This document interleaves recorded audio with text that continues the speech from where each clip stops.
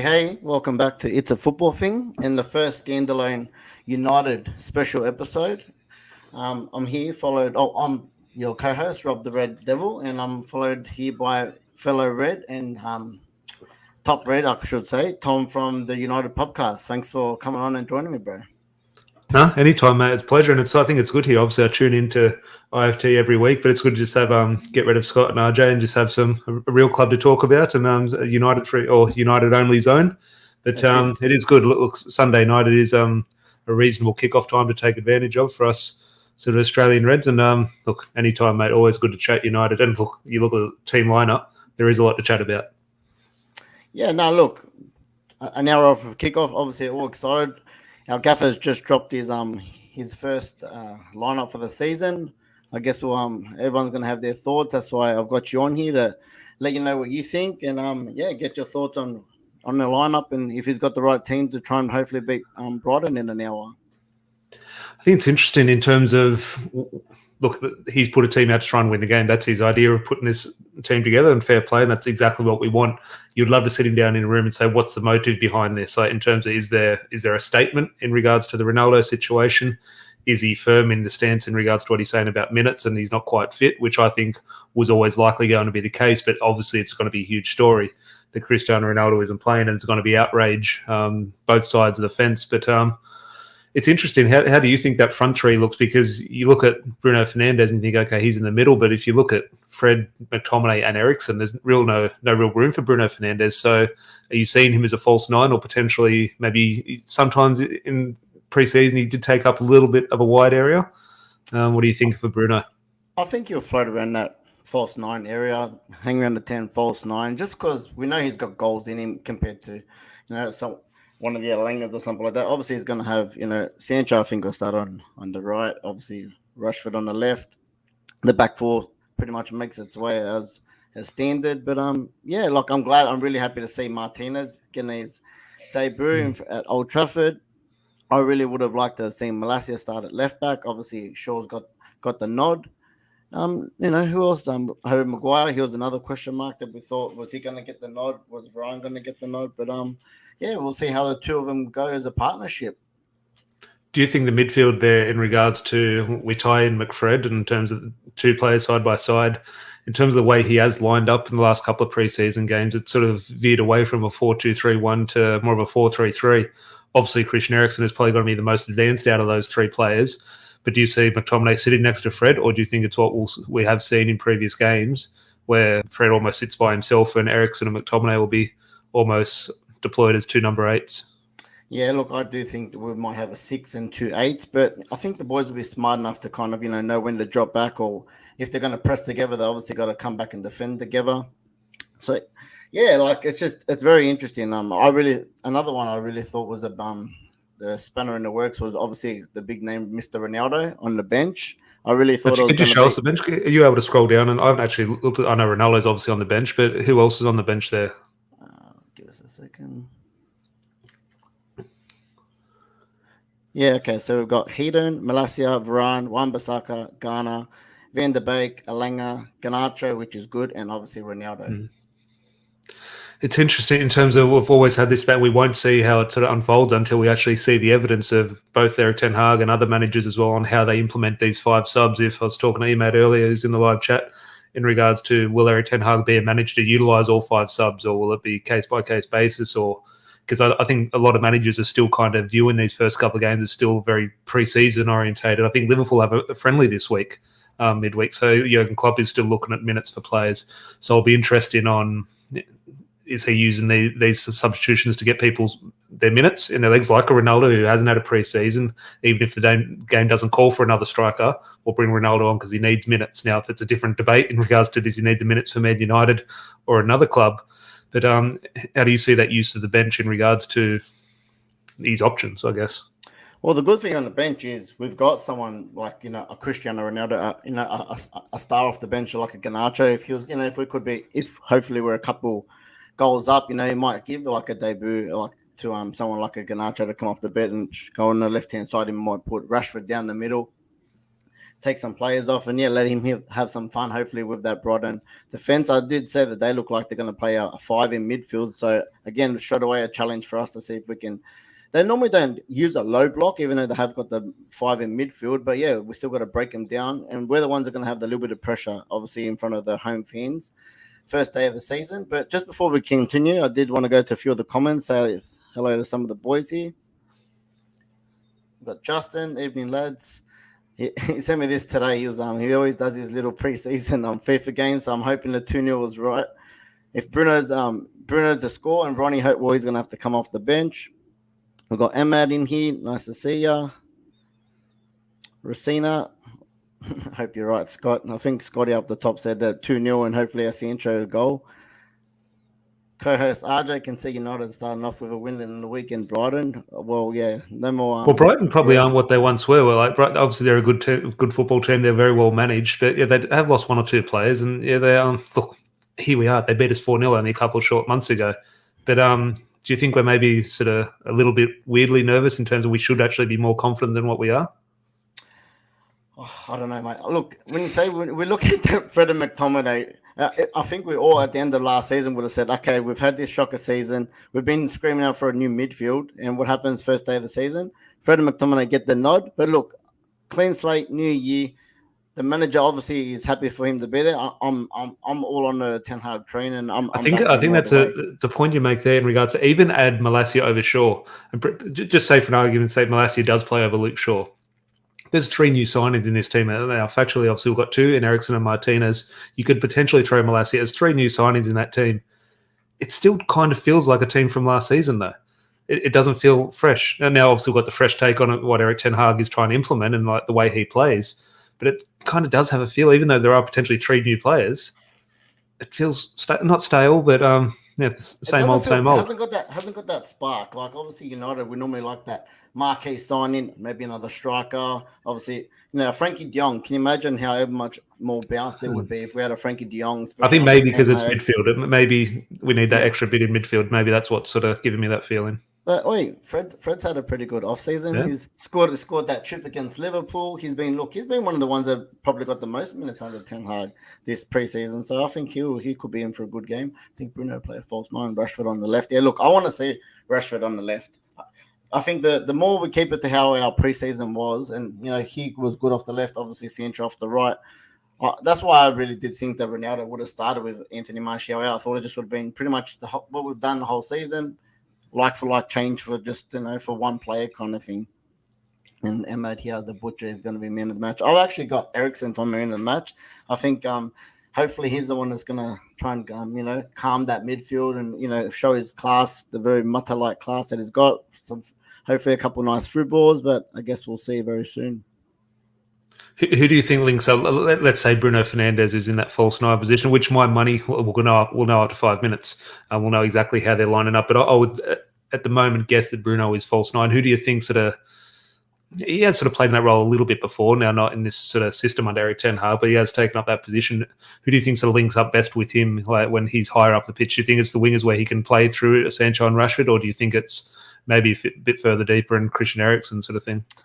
Look, I'm hoping it's our 2 wingers. Kind of like I said, that Crystal Palace game we've seen on the preseason, how the boys, especially Dalla and Sancho, on that right hand side flank, were creating plenty of opportunities and get squaring balls back into the box. We've seen before with Bruno how he likes to make late and early runs and try and get on the end of them. I can see us having a lot of possession in this game. The thing is, I hopefully want to see us. An early goal just to calm the nerves. Because I think if we get an early goal, we could go get 2, 3, 4 in this game. Yeah. It's if we have all the possession and we're creating and don't think, and then I can see Brighton, if they hit us on the break, it'll be interesting to see, if they score a first goal, how the team reacts. But just quickly, I was going to say, we have got a pretty good history from, winning our first game of the seasons, especially when they're at Old Trafford. And I did have a quick look as well. Post Fergie, I think besides Van Gaal, all of our new gaffers have got a W on the first day. Obviously, I think it was Moyes got 4-5-1 against Swansea away. Against Swansea, yeah. Jose got the win against Bournemouth 3-1, if I remember rightly. And then Ollie's first full season had the 4-0 against Chelsea. Yeah. Old Trafford. So besides LVG, obviously you had that I was having a discussion with them. I saw on Twitter. I was discussing with a mate over in England, and they're talking about sort of famous sort of opening days. And one of the big ones for me, sort of growing up as a kid, and it's hard to look back. Maybe in hindsight, it's easy because what Man United went on to achieve. But one of the big ones I remember growing up was Man United 2, Leicester 2 on the opening day. David Beckham back from the World Cup, the start of the treble winning season. David Beckham scored a last-minute free kick to equalise against Leicester. The rest is history in terms of what we went on to achieve. So it goes to show that maybe the opening day result, you can't read too much into it. Because could you imagine the outrage now if we had a 2-2 draw with Brighton, which was very similar thing to 2-2 with Leicester back in 1998. I'm just thinking, we were having a discussion before we went on air, the importance of these results on opening day. That one against Leicester back 30 years ago shows that they're not important.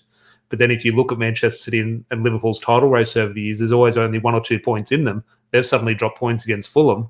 Now, in May, if they lose the title by a point, they'll be thinking, oh, God, we dropped points on the first day of the season. That's so important to get off to a winning start. So that opening day, I'll never know how to take it, if it's just as important as the last day of the season or if it is something where you can sort of gradually build into your season if the performance or the result isn't there. Well, look, if we go after last year's season, with our big win over Leeds, I'm pretty sure we all thought 21 was coming after that, and we all seen what happened there. But yeah, what else we got here? We got Rob Water, Tom of Pop Color. Like my shirt's in the mail. That's it. Pop it up. I got my 2 in the mail. Hopefully they come in this week, so I'll have my away kit for the Brentford game. Ian, I'm wearing your special thing that you sent me now. Such a bold lineup. Everyone turn on him quickly if it goes wrong, but I'm confident this is the lineup. Now, look, that's the point. You look at what Sir Alex Ferguson said last year, and unfortunately, it comes down to Ronaldo. Now, there are other players. There's World Cup winner and Rafael Varane on the bench. If we concede a goal, we're going to be looking at Harry Maguire. No, the discussion's still going to be about Ronaldo and the striking position. But if you look at it in Sir Alex Ferguson, Ronaldo's first time on the bench under Solskjaer, Sir Alex Ferguson went viral for saying, don't start your best player on the bench. And I'm just thinking, I don't want an overreaction, whatever result. If we get a win or we get a loss, I don't want to see an overreaction. If we win, I don't want to say Bruno Fernandes is a better striker than Ronaldo, sell him. Or if we lose, I don't want to on Erik Ten Hag, why aren't you picking Ronaldo? That sort of thing. I think the balance has to be down the middle. I can't see, or I can see an overreaction happening no matter what happens. I don't want to see it though. There'll definitely be an overreaction, especially like I said, Ronaldo there. If it's like late on, he hasn't been brought on, it's 0-0. And then we end up with a draw, dropping points. And that's the worst thing for me about playing towards the end of the round. I prefer to get over and done with whatever the result is first. Not, like I said, now knowing that most of the top 4 have got the win this weekend, obviously us and I think City have still got to play. We know that Liverpool's already dropped points. Just to, stay with a pack at the start. We've got a couple of good games before the Liverpool game. Get the points in the bag.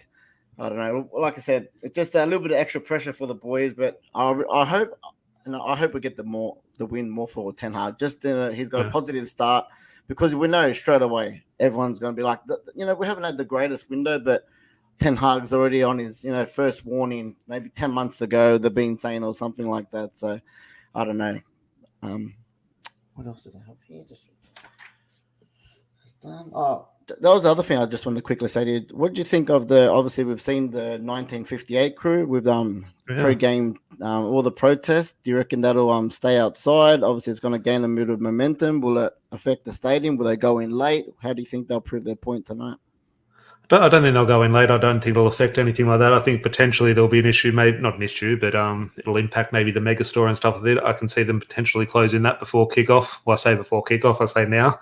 I could see potentially that being happening, and that obviously won't please the club in terms of all the match-going fans and tourists outside Old Trafford at the moment. This is where they make the most money in regards to the mega store. So potentially that is a motive of the protesters, and rightly so, I think, in order to get that club shop sort of closed. In terms of Look, I support the protests, of course. I think it's one of those things that needs to be consistent effort, and not just for this year, not just for the next 2 years, and it's consistent for 10 years, because the Glazers aren't selling anytime soon. Fingers crossed I'm wrong with that, but it needs to be consistent. Can't just be opening day of the season when all the Sky cameras are there. I think it needs to be, and everyone knows it does need to be consistent, but it is one of those things. If we sign Frankie de Jong now, I know a lot of people behind this sort of the 1958 group, they don't care about the shiny new toys, but in terms of the narrative amongst the whole fan base, if we get a Frankie de Jong or a fancy new signing, could you see these protests sort of stopping? It did stop very quickly when Rafael Varane and Cristiano Ronaldo arrived through the door this time last season. So it's one of those things, the pressure needs to be kept on, even with no success, because the Glazers aren't going to sell when they see a few people holding a banner. And that's not to downplay what they're doing outside the ground. I fully support it. But holding a banner outside the ground, the Glazers aren't going to go, oh, geez, we might sell now. That's not going to happen. So the pressure needs to sort of stay tight. And look, hopefully you do need to see action. You do need to see a protest have an impact. But hopefully it is sort of does remain in sort of a peaceful and sort of legal way. Do you think the result today, regardless of what is, will, with the Glazers, if we win today, do you think, okay, Ten Hag's got this under, he'll be fine, or not that a loss would ever be positive, but would a loss put the pressure more on the Glazers to go out and go and buy someone? Even a draw, I reckon a draw would be the same as a loss for us today against Brighton. First game of season at home, when we've got to kind of hit the ground running and get the points. These are the games this season, I think. Last season we had a lot of ups and downs, and anyone came to Old Trafford, especially, and thought that they could get points. This is a game I think we've got to go in, take advantage of the home crowd, especially on the opening day, and just build the positivity, because drop points today, it's going to feel like we're just continuation from last year. Just your first point there in regards to applying, it's one of those things where, look, hopefully we're not in a situation in 90 minutes' time where we lose. But if we do lose, I think some of us fans will try and not take positives, but you will cling to something and say, well, okay, the one positive is this. But we always do that. I think that happens with players as well. Okay, if we want this player to be playing. If this player has a bad game, okay, it's good. Next week he's going to be in. I think it's one of those things where I think a club like Man United will react to PR and pressure if the results don't go away. And we do need action. So we do need Man United to act. But you don't want them to act in the wrong way. You don't want them to act for the wrong reasons in regards to if they believe, let's say, okay, I know De Jong is very likely potentially to go to Chelsea now, but let's say Frankie De Jong case, and we currently got a package to pay 80 million for Frankie De Jong. Suddenly we lose this, and Man United say, fuck it, we'll get 120 million for Frankie De Jong. You don't want to see business like that done. You want to see it done in the correct manner. Do I trust the club to do that? Probably not. Now, I don't know what situation our midfield is going to be in a month's time. All I know is it has to be in a better situation than it is now, and that is on the club. Yeah, no, look, I agree. I think I don't want to have any negativity. I just want to get out there. Obviously, what have we got? 40 minutes to kick off. Another thing as well with Ten Hag is the positivity is bringing us in as well, that the team all arrived early. He wanted them all there for a pre-season meal together. So he's really trying to keep a tight-knit unity with the club. All the players on a happy thing. Obviously, it's good that we have Sancho back as well. I was a bit panicky during the week that he was ill and there was going to be another headache, because we all. What do you think? What do you think of that pre-match meal? Because again, I'm with you. I like it. However, I go back to when I was a player. I didn't like to get to the game too early. I like to sort of get there maybe 20 minutes where I had to get in the change room, then go in the change room, and then I was ready to go, sort of sitting there waiting around. Sort of the nerves sort of built a little bit, get a little bit lethargic sort of thing. So the players might react brilliantly to it. It might be fantastic. We might be 5-0 up after 20 minutes. Just my experience as a player, I didn't like getting to the ground too early. Yeah, no. Look, I think everyone's got their own kind of pre-game ritual. For me, look, as long as I had my plate of pasta on that day, that's it. I used to like to get there because 10 minutes before, an hour before, I used to always be nervous. As soon as when the whistle went, that's it. You just turn off and you're in another zone. But we got Ian here from Western Australia, and there's the Perth Supporters Club. Who are we thinking will open the scoring today, boys? Or obviously Tom, you can answer this, and anyone else in the chat, go ahead and put your predictions in for first goal scorer. Weird shout, and I just think I've seen one or two things in pre-season. You're going to call me deluded. I think Harry Maguire. I've seen it. I can just see Harry Maguire popping up with a goal. We talk about these stories and feelings around the narratives. Ronaldo, it wouldn't shock you if he comes off the bench and either misses an open goal or puts one in the top corner. One of those two things are going to happen with Ronaldo today. I can see Harry Maguire just in regards to the captaincy and the pressure that he's under. I wouldn't be shocked if one eventually hits his head and flies in the right direction. Bruno penalty, a good shout here. First goal, Sancho wins the penalty. Yeah, look, I think that especially someone like Sancho, I think is just going to be dangerous anywhere near that 18-yard box this year. Except I hope we haven't used all our penalties up in the last couple of seasons, because I feel like we only had 2 or 3 last season. I think we missed 2 out of the 3 of them. So hopefully a bit of luck for that next year. Here we go. Here, Eriksen. Look, Eriksen's one of my shouts. Eriksen, I obviously want Sancho. I'd love to see Sancho. Nice to see post goals on Optus. Yeah, that's it. All right. Well, like I said, 20 minutes. I know you don't like to do predictions, but I'm gonna ask you for a prediction, and anyone in the live chat get your predictions in, and then we'll probably log off soon and get ready for the lead up for the game. Nearly half an hour to go. Look, yesterday I said 2-0 the other day, and look, I have to stand by that. In regards to, it's one of those ones that you do need to see the football continue on from what Erik ten Hag is doing. So there is a part of us sitting here, so I don't care what the football's like, we're just about a result. But from also looking long term, the football does need to continue. So I'm not saying the performance is more important than the result today. Obviously not, but the performance is important. So that's almost the main thing I'm looking for now. I don't want the great performance resulting in a 2-1 loss. Of course not. But I think it's one of those ones where as long as the performance is there and I see the intent. Now, it's hard because what type of intent, what type of performance are you going to see with Erik ten Hag not having a striker there? Bruno Fernandes is not his ideal number 9. So are we going to play how Erik ten Hag wants, or is he going to adapt to sort of fit the tools he has at his disposal? I'm not sure. But I just want to see a good performance. And I think at the end of the day, if you know how to do perform well and perform like we have in pre-season, I know the results haven't been sort of too crash hot in the last 2 games of pre-season, but ultimately, I think the performances have been very good. If our players perform well, we beat Brighton. When we lost 4-0 to them, it was because we performed like an absolute amateurs. So if we perform well, I'll go 2-0 United. Look, I'll take a clean sheet. That's what. If I get a win and a clean sheet, it would just do it for me. I do think I said during the weekend on our preview, I said 2-1, but at that point, didn't know what the starting 11 looked like. Didn't know if there was going to be injuries here and there. But look, I will go 2-0. I really would like to see an early goal from the boys. I really think the crowd, or if we get an early goal, they're just going to play. Ten Hag will love it. They'll have free football. I reckon they'll pass it around. They'll try stuff. I reckon there's going to be a lot more shooting around the box tonight. That's all I'm hoping for. So, a question to you to finish off in regards to, and here we are, another Ronaldo discussion. Whatever Ronaldo's absence from the starting 11, and look, I think this is Erik ten Hag is standing firm. I don't think it's a statement in terms of leaving him on the bench. I think in regards to, he's pretty much made it clear he's had 45 minutes of pre-season. Other players like Martinez and Eriksson played that behind closed doors friendly against Wrexham, so they had extra minutes plus the 2 friendlies that we did see. They both featured him. However, is it a statement from Erik ten Hag if Ronaldo stays on the bench? In regards to, do you think it's just no matter what, Ronaldo will be one of the substitutes? Because he's got 5. If Erik ten Hag uses 5 subs, whether they're 3-0 up or 3-0 down, and Ronaldo is not one of them, is that goodbye Cristiano Ronaldo, or do you think he's going to get on the pitch at some stage? Well, from what we've read, reports saying that he's trained extremely well this week. If he doesn't get an appearance, like I said, regardless of the score, especially if it's nil all and it's like 60 minutes, and he's not going to go to his one of the best strikers in the world for goals. That's when I would see it as a big statement. Yeah, that's when it's going to be like, and then you'd probably see like, that's what I mean. I hope it doesn't get to that, because obviously the cameras will keep crossing the Cristiano, and then if it brings on like in a Langer or something like that, or, I would love to see Garnacho come on, but if Garnacho comes on instead of a Ronaldo, then we know that there's something in the pipelines. But I can't see it, especially how the reporters have said how good he's trained. We've seen him, even though if he wants to be there or not, he's smiled. He's doing all the right things. He's not really disrespecting. It doesn't look like he's really throwing his, or from a media perspective, it doesn't look like he's throwing his toys out of the Prem at the moment. But I think we'll leave it there. Again, I just want to say, everyone, thanks for Look, I was nervous, so thanks for everyone for jumping on. Tom, obviously, thank you.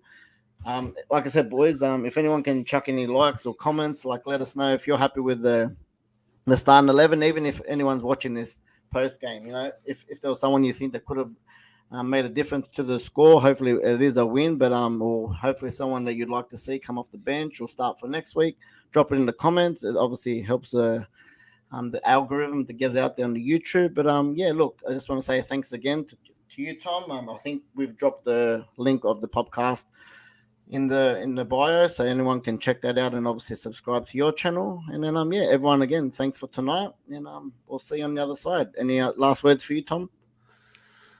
No words, just praying for 3 points. It's all words are gone now. Just fingers crossed United get the job done. But no, pleasure as always, mate. Enjoyed that. Thank you, guys. And we'll see you next week. Tuesday nights, Thursday nights, me and the boys, we're back. Take it easy. Ciao.